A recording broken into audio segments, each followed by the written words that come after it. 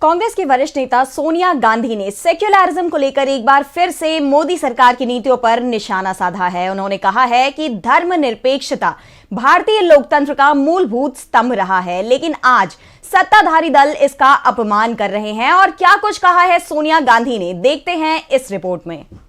धर्मनिरपेक्षता को भारत के लोकतंत्र का मूलभूत स्तंभ बताते हुए कांग्रेस संसदीय दल की नेता सोनिया गांधी ने इस बात पर अफसोस जाहिर किया कि अब जो लोग सत्ता में बैठे हैं उनके लिए धर्मनिरपेक्ष शब्द की कोई कीमत ही नहीं रह गई है, जिसके परिणाम स्वरूप समाज में ध्रुवीकरण बढ़ रहा है।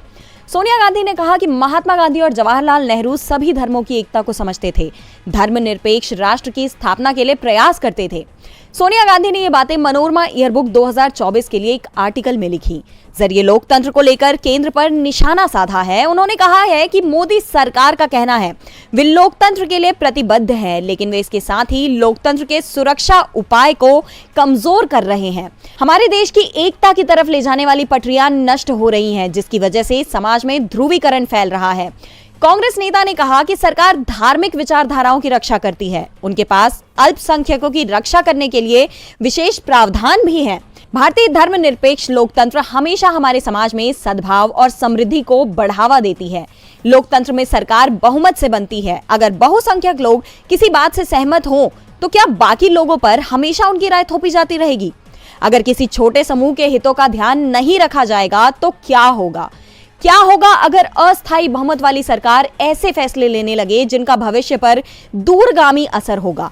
दूसरी तरफ अगर यही बहुमत कमजोर होता तो क्या उन्हें बिना चुनौती के सत्ता चलाने का अधिकार मिल जाता है? सोनिया गांधी ने इन सवालों को भारत जैसे देशों के लिए गंभीर बताया है। उन्होंने कहा, यदि लोगों को चिंता है कि उनकी भाषा या धार्मिक प्रथा या जीवन शैली को केवल इसीलिए स्थायी रूप से खतरा हो सकता है क्योंकि उनकी संख्या अधिक नहीं है, तो इससे समाज में शांति या सद्भाव में मदद नहीं मिलेगी। अब समय आ गया है कि हम अपनी चुनौतियों का समाधान खुद खोजें और अपने देश का सम्मान करें।